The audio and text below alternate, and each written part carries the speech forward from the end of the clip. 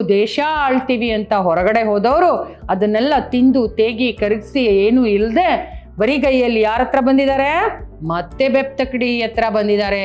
ಕಾಮಣ್ಣನ ಹೆಂಡತಿ ಹೇಳ್ತಾಳೆ, ನಿನ್ ತಮ್ಮನಿಗೆ ಕೂಳು ಬೇಯಿಸ್ಲಿಕ್ಕೆ ಅಲ್ವಾ ಅಲ್ಲ ನಾವಿರೋದು ಅಂತ ಅವಳು ದುರಹಂಕಾರದಿಂದ ಹೇಳ್ತಾಳೆ. ಯಾಕೆ? ಪಿಶಾಚಿಗಳು ಅವಳಲ್ಲಿ ಕೆಟ್ಟದನ್ನ ತುಂಬಿರ್ತಾರೆ. ಅದರಿಂದ ನನಗೆ ಇವತ್ತು ಊಟ ಬೇಡ, ನಾನು ತೋಟದಲ್ಲೇ ಮಲಗ್ತೀನಿ ನಿನ್ನ ಜೊತೆ ಅಂತ ಹೇಳಿ ಕೋಡಂಗಿ ಬೋಳೆಶಂಕರನ ಜೊತೆ ಇರ್ತಾರೆ.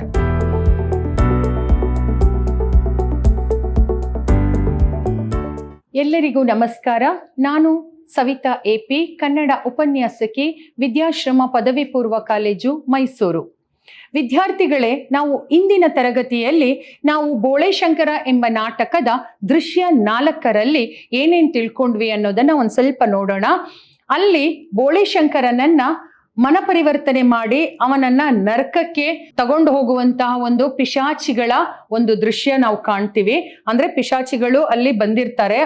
2 ಮತ್ತು 3ನೇ ಪಿಶಾಚಿ 1ನೇ ಪಿಶಾಚಿಗೆ ಕೊಟ್ಟಿರುವಂತಹ ಒಂದು ಉಪಾಯವನ್ನ ಬಳಸಿಕೊಂಡಂತ 1ನೇ ಪಿಶಾಚಿ ಆ ಒಂದು ಬೋಳೆಶಂಕರನ ಹತ್ರ ಬಂದು ಬೇರಿನ ಒಂದು ರೂಪ ತಳೆದು ಬೇರಾಗಿ ಅವನ ನೇಗಿಲಿಗೆ ಸಿಕ್ಕಾಕೊಳ್ಳುತ್ತೆ.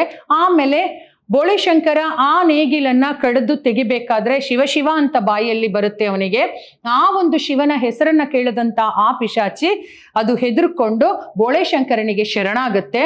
ಆ ಶರಣಾದಂತ ಪಿಶಾಚಿ ಇಂದ ಬೋಳೆಶಂಕರ ತನ್ನ ಹೊಟ್ಟೆ ನೋವಿಗೆ ಬೇಕಾದಂತ ಒಂದು ಔಷಧಿಯನ್ನ ಪಡ್ಕೊಳ್ತಾನೆ. ಆ ನಂತರ ಶಿವನ ಹೆಸರು ಹೇಳಿದಾಗ ಯಾಕೆ ನಿನಗೆ ಹೆದರಿಕೆ ಅಂತ ಕೇಳ್ಬೇಕಾದ್ರೆ ಅದು ಶಿವನ ಹೆಸರನ್ನ ಹೇಳ್ಬೇಡ, ನನ್ನ ಸತ್ತೋಗ್ತೀನಿ ಅಂತ ಜೋರಾಗಿ ಹೇಳುತ್ತೆ. ಆಗ ಕೋಡಂಗಿ ಹಾಸ್ಯಾಸ್ಪದವಾಗಿ ಆ ಒಂದು ಶಿವನ ಹೆಸರನ್ನ ಜೋರಾಗಿ ಬೊಂ ಬೊಂ ಶಿವ ಶಂಕರ, ಸಂಬ ಸದಾಶಿವ ಶಂಕರ, ಶಿವ ಪಾರ್ವತಿ ಶಂಕರ ಅಂತೆಲ್ಲ ಜೋರಾಗಿ ಶಿವ ಅಂತ ಹೇಳ್ಬೇಕಾದ್ರೆ ಆ ಪಿಶಾಚಿ ನೆಲದ ಒಳಗಡೆ ಮಾಯವಾಗಿ ಹೋಗ್ಬಿಡುತ್ತೆ. ಈಗ ಮುಂದಿನ ಒಂದು ದೃಶ್ಯ 5ರಲ್ಲಿ ನಾವು ಇಂದಿನ ತರಗತಿಯಲ್ಲಿ ತಿಳ್ಕೊಳ್ಳೋಣ ಏನೇನೋ ಇರಬಹುದು ಅಂತ. ಬನ್ನಿ. ದೃಶ್ಯ 5, ಹಸಿರು ಸಾಮ್ರಾಜ್ಯದ ನಮ್ರ ಪ್ರಜೆ. ಹಸಿರು ಸಾಮ್ರಾಜ್ಯದ ನಮ್ರ ಪ್ರಜೆ. ಕೋಡಂಗಿ, ಹೊಯ್ ಭಾಗವತರೇ. ಭಾಗವತ, ಏನಪ್ಪ ಬೋಳೆಶಂಕರನ ಅಡಿಗೆ ಮನೆಯಲ್ಲಿ ಏನಾಗ್ತಿದೆ ಹೇಳಪ್ಪ. ಕೋಡಂಗಿ, ಚಕ್ಕುಲಿ, ಕೋಡಬಾಳೆ, ಕರ್ಜಿಕಾಯಿ, ಹೋಳಿಗೆ, ಲಾಡು, ಜಿಲೇಬಿ ಎಲ್ಲಾ ತಿನಿಸಿನ ವಾಸನೆ ಬರ್ತಾ ಇದೆಯಲ್ಲ ಭಾಗವತರೇ. ಭಾಗವತ, ಇದೆಲ್ಲ ಯಾರಪ್ಪ ಮಾಡ್ತಿದ್ದಾರೆ?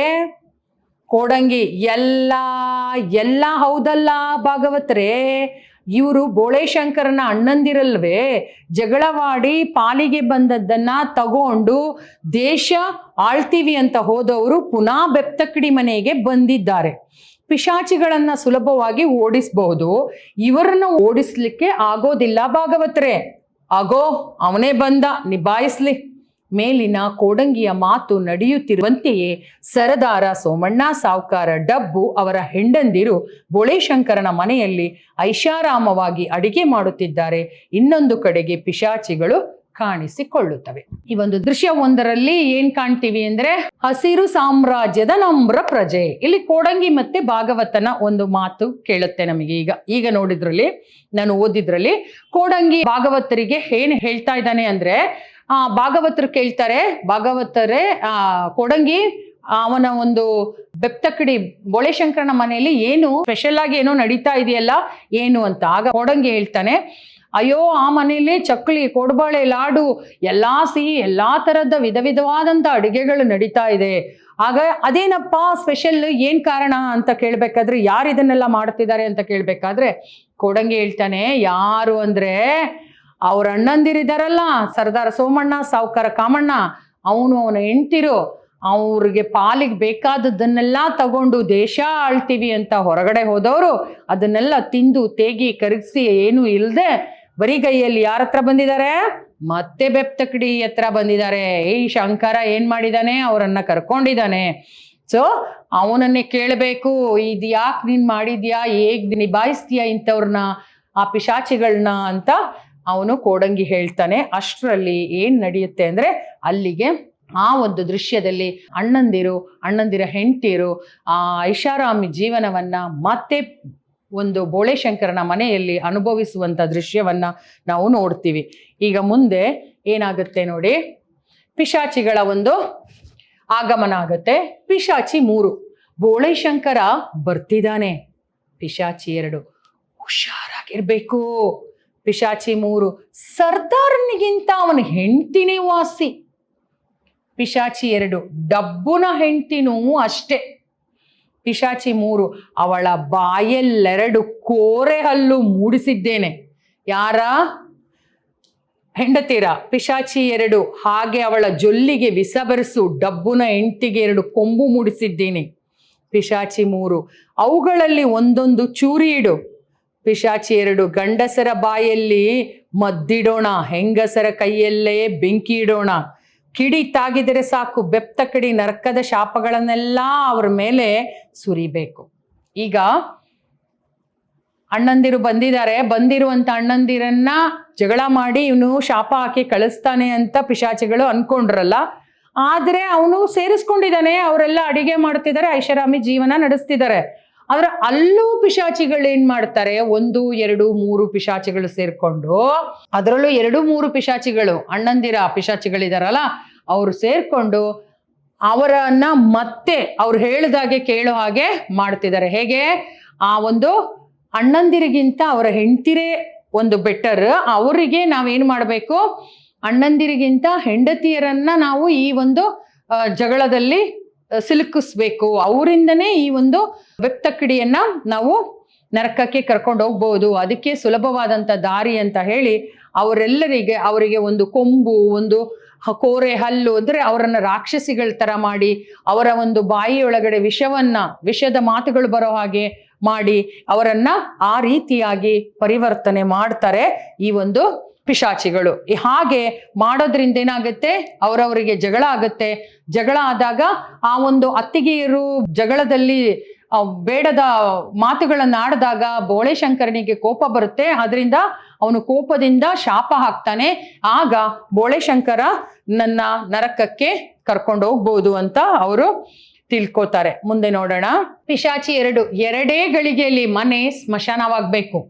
ಪಿಶಾಚಿ 2, ಅಗೋ ಬಂದ ಬೋಳೆಶಂಕರ ಗಳೆ ಸಾಮಾನಿನೊಂದಿಗೆ ಬರುವನು. ಸರ್ದಾರ, ತೋಟದಿಂದ ಈಗ ಬಂದೆಯ ಬೋಳೆಶಂಕರ, ನಾನು ನಿನ್ ಜೊತೆಗೆ ಇರೋಣ ಅಂತ ಬಂದೆ. ಇದ್ದ ಕೆಲಸ ಹೋಯ್ತು, ಇನ್ನೊಂದು ಕೆಲಸ ಸಿಗೋವರೆಗೂ ನನಗೂ ನನ್ನ ಹೆಂಡತಿಗೂ ನೀನೇ ದಿಕ್ಕು. ಇಲ್ಲ ಅನ್ಬೇಡ. ಡಬ್ಬು, ಚೆನ್ನಾಗಿದ್ಯಾ ಶಂಕರ? ನೋಡಿದರೆ ಗೊತ್ತಾಗುತ್ತಲ್ಲ ಎಷ್ಟು ಚೆನ್ನಾಗಿದ್ಯಾ ಅಂತ. ಪುನಃ ಆಸ್ತಿ ಕೇಳಲಿಕ್ಕೆ ಬಂದವರಲ್ಲ ನಾವು, ಏನ್ ಮಾಡೋದು ಹೇಳು. ಬೋಳೆಶಂಕರ್, ಓ ಈಗಾಯ್ತು ಸರ್ದಾರ, ಈಗ ನೀನು ದೊಡ್ಡ ಮನಸ್ಸು ಮಾಡ್ಬೇಕು. ನೋಡಿ, ಬೋಳೆಶಂಕರ ಮನೆಗೆ ಬಂದು ಸೇರ್ಕೊಂಡಿರ್ತಾರೆ ಇವರು. ಆದ್ರೆ ಬೋಳೆಶಂಕರ ಬರ್ತಾ ಇದ್ದಾನೆ. ಪಿಶಾಚಿಗಳು ಬೋಳೆಶಂಕರನ ಅಣ್ಣಂದಿರ ಹೆಂಡತಿಯರಿಗೆ ವಿಷವನ್ನ ತುಂಬಿರ್ತಾರೆ.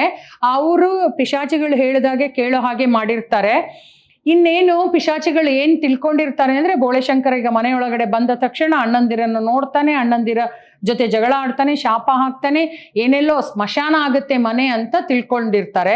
ಆದ್ರೆ ಬೋಳೆಶಂಕರ ಮಾಮೂಲಿ ಬಂದಾಗ ಬೋಳೆಶಂಕರನ ಅಣ್ಣಂದಿರಿಬ್ರು ಮಾತಾಡ್ತಾರೆ. ಏನು ಅಂತ, ಓ ನೀನ್ ಈಗ ಬಂದಿದ್ಯಾ, ಚೆನ್ನಾಗಿದ್ಯಾ, ನಮ್ಮನ್ನ ಕ್ಷಮಿಸ್ಬಿಡು, ನಾವೇನೋ ತಪ್ಪು ಮಾಡಿ ಹೊರಗೆ ಹೋಗ್ಬಿಟ್ವಿ, ಅಲ್ಲಿ ಎಲ್ಲನ ಕಳ್ಕೊಂಡು ವಾಪಸ್ ಬಂದಿದೀವಿ, ನಮ್ಮನ್ನ ದೊಡ್ಡ ಮನಸ್ಸು ಮಾಡಿ ನೀನು ಮನೆಯೊಳಗಡೆ ಸೇರಿಸ್ಕೋಬೇಕು ಅಂತ ಕೇಳ್ಕೊತಾರೆ. ಆಗ ಬೋಳೆಶಂಕರ, ಓ ಈಗ ಆಯ್ತಾ ಅಂತ ಹೇಳ್ತಾನೆ. ಅಷ್ಟೇ ಹೇಳೋದವನು, ಅವನೇನು ಶಾಪ ಹಾಕಕ್ ಹೋಗಲ್ಲ. ಸರ್ದಾರ ಹೇಳ್ತಾನೆ, ನೀನ್ ದೊಡ್ಡ ಮನಸ್ಸು ಮಾಡ್ಬೇಕು ಅಂತ. ಆಗ ಸರ್ದಾರನ ಹೆಂಡತಿ, ನಿನ್ನ ಮನೆಗೆ ಅತಿಥಿಯಾಗಿ ಬಂದವರು ಯಾರೆಂದು ತಿಳಿದುಕೋ. ನಿನ್ನ ದೊಡ್ಡ ಅಣ್ಣ ಸೇನಾಪತಿಯಾಗಿ ದೇಶ ಆಳಿದವರು, ಸಣ್ಣ ಅಣ್ಣ ಸಾಹುಕಾರನಾಗಿ ಸರ್ಕಾರ ಕೊಂಡು ಮಾರಿದವರು. ನಾವಿರೋ ತನಕ ಸೇವೆ ಮಾಡಿ ಧನ್ಯನಾಗೋ ಅವಕಾಶ ತಾನಾಗೆ ಬಂದಾಗ ಬಿಟ್ಟು ಕೊಡಬೇಡ. ಕಾಮಣ್ಣನ ಹೆಂಡತಿ ಹೇಳ್ತಾಳೆ, ಅಷ್ಟಾಗಿ ನಾವು ಕೂತು ತಿನ್ನೋದಿಲ್ಲ, ನಮ್ಮ ಕೂಳು ನಾವು ತಾನೇ ಬೇಯಿಸ್ಕೊಳ್ಬೇಕು. ನಿನಗೊಂದು ಹೆಂಡತಿಯೇ ಸಂಸಾರವೇ, ಅದು ಈ ಜನ್ಮದಲ್ಲಿ ಸಾಧ್ಯವೂ ಇಲ್ಲ. ಬೋಳೆಶಂಕರ, ಆಗಲೇಳಿ ಅದಕ್ಕೇನಂತೆ, ಎಲ್ಲರೂ ನನ್ನ ಜೊತೆಗಿರಿ. ಆಗಲೇ ಅತ್ತಿಗೆ ಹೇಳಿದ ಹಾಗೆ ಅನ್ನ ಬೇಯಿಸಿ ಹಾಕೋದಕ್ಕೆ ನನಗೂ ಯಾರೂ ಇಲ್ಲ. ಈಗ್ಲಾದ್ರೂ ಹೆಂಗಸಿನ ಕೈಯನ್ನ ಉಣ್ಣಬಹುದು, ಸಾಮಾನು ಇಡಲು ಬೇರೆ ಕಡೆ ಹೋಗುವನು. ಸರ್ದಾರನ ಹೆಂಡತಿ, ನೋಡಿ, ನಿಮ್ ತಮ್ಮನಿಗೆ ಕೂಳು ಕುದಿಸಿ ಹಾಕೋದಕ್ಕೆ ನಾವು ಅವನ ಆಳುಗಳಲ್ಲ. ಸರ್ದಾರ, ಆದರೆ ನಾವಿರೋದು ಅವನ ಮನೆಯಲ್ಲಲ್ವೇ.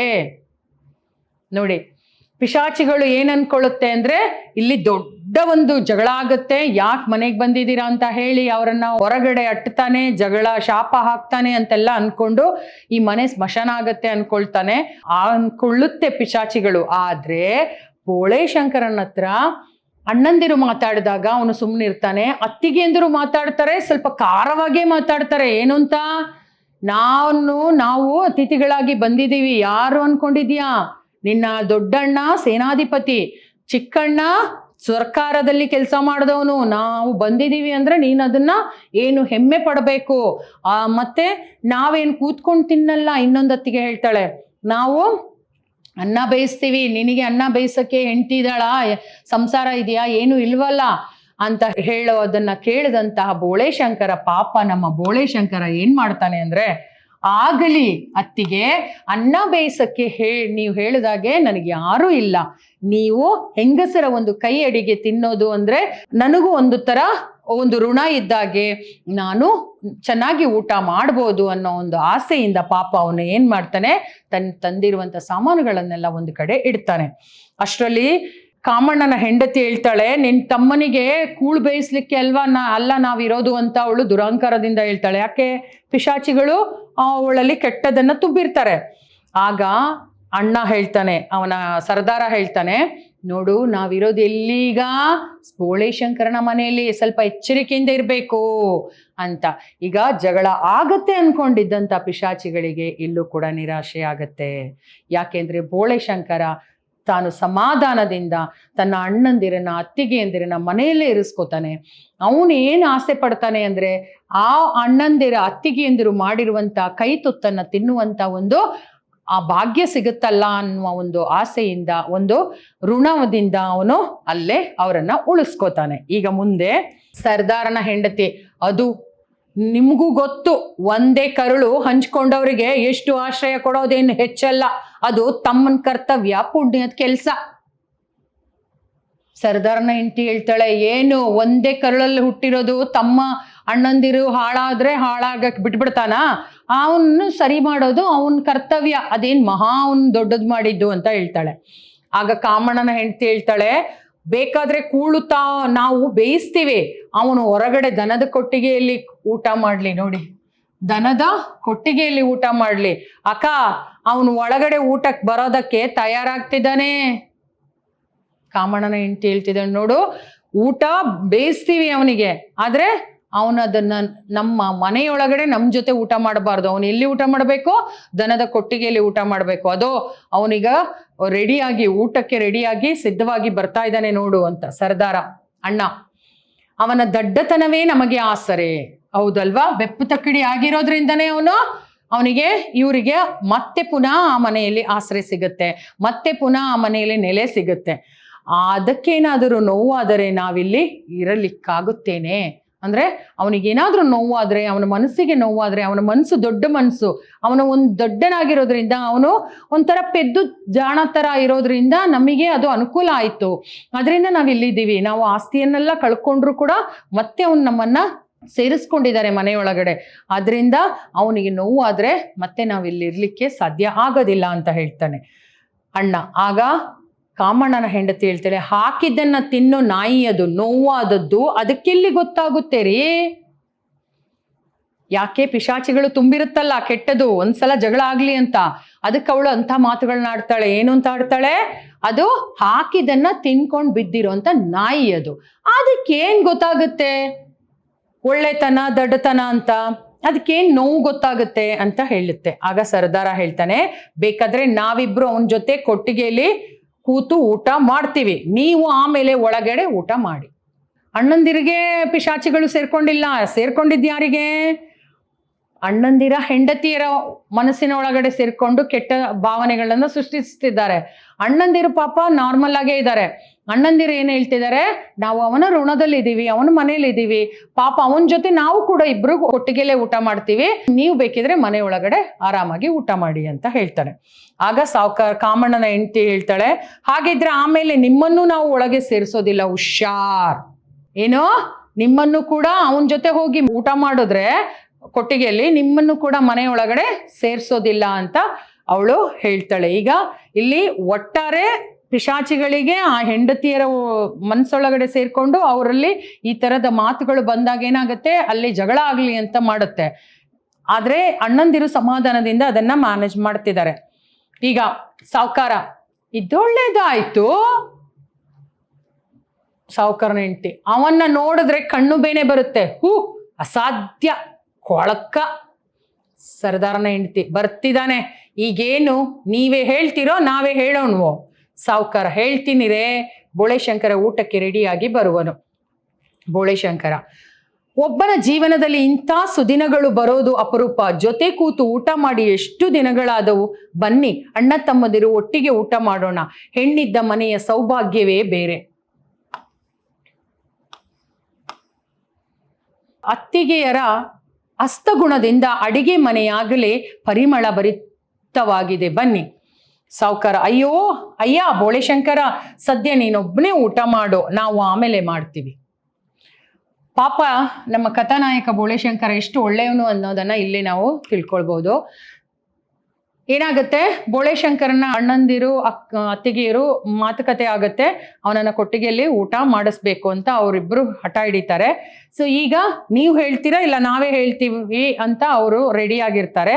ಅಷ್ಟರಲ್ಲಿ ಊಟಕ್ಕೆ ಬಂದಂತ ಅಣ್ಣ ಬೋಳೆಶಂಕರನನ್ನ ಏನ್ ಮಾಡ್ತಾನೆ, ಬೋಳೆಶಂಕರ ಏನ್ ಹೇಳ್ತಾನೆ, ಊಟಕ್ಕೆ ರೆಡಿಯಾಗಿ ಬಂದು ಕೂತ್ಕೊಂಡು, ಅಯ್ಯೋ ನನಗಿವತ್ತು ಎಷ್ಟು ಸುದಿನ ಅಂದ್ರೆ, ಎಷ್ಟು ಸಂತೋಷದ ದಿನ ಅಂದ್ರೆ, ಅಣ್ಣ ತಮ್ಮಂದಿರು ನಾವು ಸೇರಿ ಊಟ ಮಾಡದೆ ಎಷ್ಟೋ ದಿನಗಳಾಗೋಯ್ತು. ಅಂದ್ರೆ ಆಸ್ತಿ ಪಾಲ್ ಕೇಳ್ಕೊಂಡು ಹೋದಂಥವ್ರು ಎಷ್ಟೋ ವರ್ಷಗಳಾದ್ಮೇಲೆ ನೀವು ಮತ್ತೆ ನನ್ನ ಮಲ್ಲಿಗೆ ಬಂದಿದ್ದೀರಾ, ನಾವೆಲ್ಲರೂ ಒಟ್ಟಾಗಿ ಊಟ ಮಾಡ್ತಿರೋ ಈ ಒಂದು ಸುದಿನ, ಈ ಒಂದು ಶುಭ ದಿನ, ಈ ಒಂದು ಸಂತೋಷದ ದಿನ, ನಾವು ಬನ್ನಿ ನಾವೆಲ್ಲರೂ ಒಟ್ಟಿಗೆ ಊಟ ಮಾಡೋಣ. ಅದ್ರ ಜೊತೆಗೆ ಅತ್ತಿಗೆಯಂದಿರು ಅವರ ಕೈ ಅಡಿಗೆಯನ್ನ ಊಟ ಮಾಡೋದು ಅಂದ್ರೆ ನನಗೆ ತುಂಬಾ ಸಂತೋಷ. ಹೆಣ್ಣಿದ್ದ ಮನೆ ಸೌಭಾಗ್ಯವೇ ಸರಿ.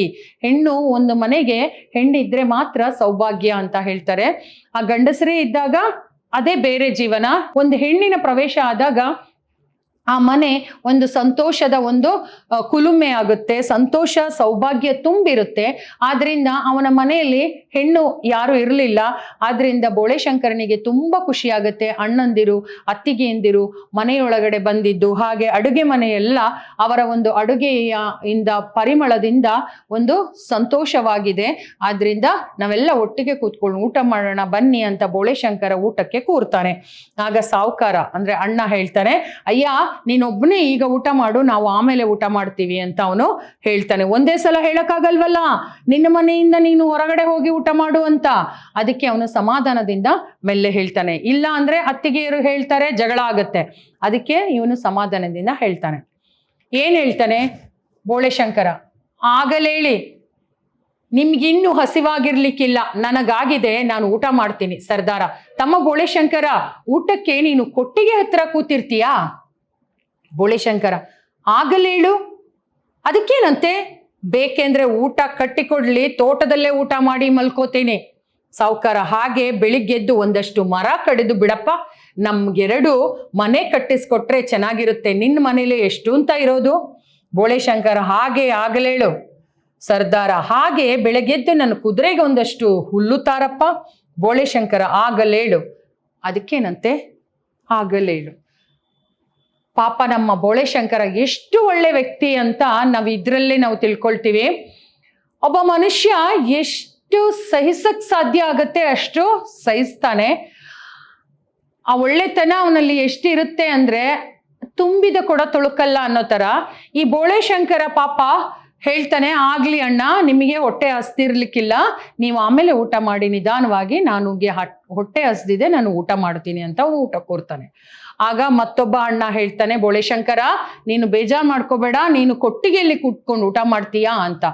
ಅದಕ್ಕೂ ಕೂಡ ಅವನು ಒಪ್ಕೊಳ್ತಾನೆ. ಆಯ್ತು ಬಿಡಣ್ಣ, ನಾನು ಕೊಟ್ಟಿಗೆಯಲ್ಲಿ ಎಲ್ಲ ನನಗೆ ಬುತ್ತಿ ಕಟ್ಕೊಡ್ಲಿ ಅತ್ತಿಗೆ ಅಂದಿರು, ನಾನು ಅದನ್ನ ತಗೊಂಡು ತೋಟಕ್ಕೆ ಹೋಗ್ಬಿಟ್ಟು ತೋಟದಲ್ಲಿ ಊಟ ಮುಗಿಸ್ಕೊಂಡು ಆಯಾಗಿ ಅಲ್ಲೇ ಮಲ್ಕೊಳ್ತೀನಿ ಅಂತ ಅವನು ಅಷ್ಟೊಂದು ಸಮಾಧಾನದಿಂದ ಉತ್ತರ ಕೊಡ್ತಾನೆ. ಹಾಗೆ ಒಬ್ಬ ಅಣ್ಣ ಹೇಳ್ತಾನೆ, ಆ ತೋಟದಲ್ಲಿರೋ 4 ಮರನ ಕೊಂಡ್ ಬಾ, ಯಾಕೆಂದ್ರೆ ನಮ್ಮಿಬ್ರಿಗೆ ಒಂದು ಹೊಸದಾದ ಒಂದು ಮನೇನ ಕಟ್ಟಬೇಕು, ನಾವೆಷ್ಟು ಅಂತ ನಿಮ್ಮ ಮನೇಲಿ ಇರಕ್ಕಾಗುತ್ತೆ ಅಂತ ಹೇಳುವಾಗ ಬೋಳೆಶಂಕರ ಹೇಳ್ತಾನೆ, ಆಯ್ತು ಮರನೂ ಕಡ್ಕೊಂಡು ಬರ್ತೀನಿ, ಅದನ್ನ ಕಡಿದ್ಕೊಂಡು ಬರ್ತೀನಿ. ಅಷ್ಟರಲ್ಲಿ ಇನ್ನೊಂದು ಅಣ್ಣ ಹೇಳ್ತಾನೆ, ನನ್ನ ಕುದುರೆಗೆ ಒಂದು ಸ್ವಲ್ಪ ಹುಲ್ಲನ್ನು ತಂದುಬಿಡಪ್ಪ ಅಂತ. ಅದಕ್ಕೆ ಬೋಳೆಶಂಕರ ಹೇಳ್ತಾನೆ, ಆಯ್ತು, ತೋಟದಿಂದ ಬರಬೇಕಾದ್ರೆ ಆ ಹುಲ್ಲನ್ನು ತಂದು ಕುದುರೆಗೆ ಹಾಕ್ತೀನಿ, ಬೇಜಾರು ಮಾಡ್ಕೋಬೇಡ ಅಂತ ಸಮಾಧಾನದಿಂದ ಬೋಳೆಶಂಕರ ಈ ಒಂದು ಮಾತುಗಳನ್ನ ಆಡ್ತಾನೆ. ಮುಂದೆ ಸಾವುಕಾರನ ಹೆಂಡತಿ ಇಕಾ ಕಟ್ಟಿದ ಬುತ್ತಿ ತಯಾರಾಗೇ ಇದೆ. ಬೋಳೆಶಂಕರ ಆಗಲೇಳಿ ಆಮೇಲೆ ಕೋಡಂಗಿಗೆ ಊಟ ಹಾಕಿ ಉಳಿದವರೆಲ್ಲ ಮರೆಯಾಗಿ ಬೋಳೆಶಂಕರ ಮತ್ತು ಕೋಡಂಗಿ ಮುಂದೆ ಬರ್ತಾರೆ. ಕೋಡಂಗಿ, ಅದೇನೋ ಸರಿ, ನೀ ಮಾಡೋ ಪುಣ್ಯಗಳ ಲೆಕ್ಕ ಚಿತ್ರಗುಪ್ತರು ಸರಿಯಾಗಿ ಇದ್ದರೆ ಸರಿ, ಅವರು ತೆಪ್ಪಗೆ ಮಲಗಿದ್ರೆ ನೀನು ಎಷ್ಟು ಒಳ್ಳೆ ಕೆಲಸ ಮಾಡಿದ್ರೆ ಏನ್ ಪ್ರಯೋಜನ? ಬೋಳೆಶಂಕರ, ಒಬ್ಬ ಒಳ್ಳೆ ಕೆಲಸ ಮಾಡೋದು ಪುಣ್ಯದ ತುರಾಯಿಗಳನ್ನ ರುಂಬಾಲಿಗೆ ಸಿಕ್ಕಿಸಿಕೊಳ್ಳಿಕ್ಕಲ್ಲ, ಅದಿರ್ಲಯ್ಯ, ಊಟ ಬಿಟ್ಟು ನೀ ಯಾಕೆ ಬಂದೆ? ಕೋಡಂಗಿ, ನನಗಿವತ್ತು ಊಟ ಬೇಡ ಅನ್ನಿಸ್ತು, ನಾನು ತೋಟದಲ್ಲೇ ಮಲಗ್ತೀನಿ, ನಿನ್ನ ಅಣ್ಣಂದಿರ ನಡತೆ ನನಗೆ ಸರಿ ಕಾಣಲಿಲ್ಲ. ಕೋಡಂಗಿ ಮತ್ತೆ ಬೋಳೆಶಂಕರ ಇಲ್ಲಿ ಬರ್ತಾರೆ. ಊಟದ ಬುತ್ತಿನ ಆಲ್ರೆಡಿ ರೆಡಿ ಮಾಡಿರ್ತಾಳೆ ಅತ್ತಿಗೆ, ಅದನ್ನ ತಗೊಂಡೋಗಿ ಅಣ್ಣನ ಕೈ ಕೊಡ್ತಾಳೆ. ಅಣ್ಣ ಅದನ್ನ ಬೋಳೆಶಂಕರನಿಗೆ ಕೊಡ್ತಾನೆ. ಬೋಳೆಶಂಕರ ಹೇಳ್ತಾನೆ, ನಾನು ತೋಟದ ಮನೇಲಿ ಊಟ ಮಾಡ್ಕೊಂಡು ಅಲ್ಲೇ ಮಲಗ್ತೀನಿ ತೋಟದಲ್ಲಿ, ನೀವು ಕೋಡಂಗಿಗೆ ಮಾತ್ರ ಊಟ ಹಾಕೋದನ್ನ ಮರಿಬೇಡಿ ಅಂತ ಹೇಳ್ಬಿಟ್ಟು ಅವರು ಹೋಗ್ತಾರೆ. ಬೋಳೆಶಂಕರ ಆಮೇಲೆ ಅಲ್ಲಿಗೆ ಆ ದೃಶ್ಯದಲ್ಲಿ ಅವರೆಲ್ಲ ಅಣ್ಣಂದಿರು ಮತ್ತೆ ಅತ್ತಿಗೆಯಂದಿರು ಹೋಗ್ತಾರೆ. ಮತ್ತೆ ಆ ದೃಶ್ಯದಲ್ಲಿ ಬೋಳೆಶಂಕರ ಮತ್ತೆ ಕೋಡಂಗಿ ಇಬ್ರು ಬರ್ತಾರೆ. ಈಗ ಕೋಡಂಗಿ ಮತ್ತೆ ಬೋಳೆಶಂಕರನ ಒಂದು ಮಾತುಕತೆ ನಡೆಯುತ್ತೆ. ಏನ್ ಸಂಭಾಷಣೆ ಆಗುತ್ತೆ ಇಲ್ಲಿ ಅಂದ್ರೆ, ಬೋಳೆಶಂಕರ ಈ ಒಂದು ಪುಣ್ಯದ ಕೆಲಸವನ್ನ ನೋಡಿದಂತ ಕೋಡಂಗಿ ಹೇಳ್ತಾನೆ, ಅಯ್ಯೋ ಬೋಳೆಶಂಕರ ಬೆಪ್ತಕಡಿ, ನೀ ಮಾಡ್ತಿರೋಂಥ ಈ ಪುಣ್ಯದ ಕೆಲಸ ಎಲ್ಲ ನೋಡ್ಬೇಕಾದ್ರೆ ಅವನಿಗೊಂಚೂರು ಇಷ್ಟ ಆಗ್ಲಿಲ್ಲ. ಅಣ್ಣಂದಿರನ್ನ ಅವನು ಮತ್ತೆ ಮನೆಗೆ ಕರೆಸ್ಕೊಂಡಿದ್ದು, ಇವನನ್ನ ತೋಟಕ್ಕೆ ಊಟಕ್ಕೆ ಕಳಿಸಿದ್ದು, ಇದೆಲ್ಲ ಕೋಡಂಗಿಗೆ ಇಷ್ಟ ಆಗ್ಲಿಲ್ಲ. ಸೊ ಅದರಿಂದ ಅವನು ಹೇಳ್ತಾನೆ, ನೀನ್ ಮಾಡಿರೋ ಪುಣ್ಯವನ್ನ ಆ ಚಿತ್ರಗುಪ್ತ ಇದಾನಲ್ಲ, ಸ್ವರ್ಗದಲ್ಲಿ ಚಿತ್ರಗುಪ್ತ ಇದಾನಲ್ಲ, ಲೆಕ್ಕ ಬರಿತಾನಲ್ಲ, ಅವನು ಕರೆಕ್ಟಾಗಿ ಲೆಕ್ಕ ಬರೆದ್ಬಿಟ್ರೆ ಸಾಕಪ್ಪ, ಇಲ್ಲ ಅವನೇನಾದ್ರೂ ಮಲ್ಕೊಂಡ್ಬಿಟ್ರೆ ನೀ ಮಾಡಿರೋ ಪುಣ್ಯ ಎಲ್ಲ ವೇಸ್ಟ್ ಆಗ್ಬಿಡುತ್ತೆ ಅಂತ ಕೋಡಂಗಿ ಹೇಳ್ತಾನೆ. ಆಗ ಬೋಳೆಶಂಕರ ಹೇಳ್ತಾನೆ, ಅಯ್ಯೋ ಒಳ್ಳೆ ಕೆಲಸ ಮಾಡೋದು ಅಂದ್ರೆ ರುಮಾಲಲ್ಲಿ ಒಂದು ತುರಾಯಿಗಳನ್ನ ಸುತ್ಕೊಂಡಾಗಷ್ಟು ಅಲ್ಲ, ಸುತ್ಕೊಂತಾರಲ್ಲ.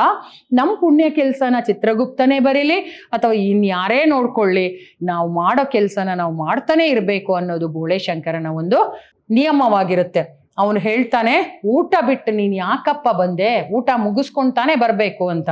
ಆಗ ಕೋಡಂಗಿ ಹೇಳ್ತಾನೆ, ನನಗಿವತ್ತು ಊಟ ಬೇಕು ಅನ್ನಿಸ್ಲಿಲ್ಲ, ನಿನ್ನ ಅಣ್ಣಂದಿರ ವರ್ತನೆ ನನಗೆ ಒಂಚೂರು ಇಷ್ಟ ಆಗಲಿಲ್ಲ, ಅದರಿಂದ ನನಗಿವತ್ತು ಊಟ ಬೇಡ, ನಾನು ತೋಟದಲ್ಲೇ ಮಲಗ್ತೀನಿ ನಿನ್ನ ಜೊತೆ ಅಂತ ಹೇಳಿ ಕೋಡಂಗಿ ಬೋಳೆಶಂಕರನ ಜೊತೆ ಇರ್ತಾರೆ.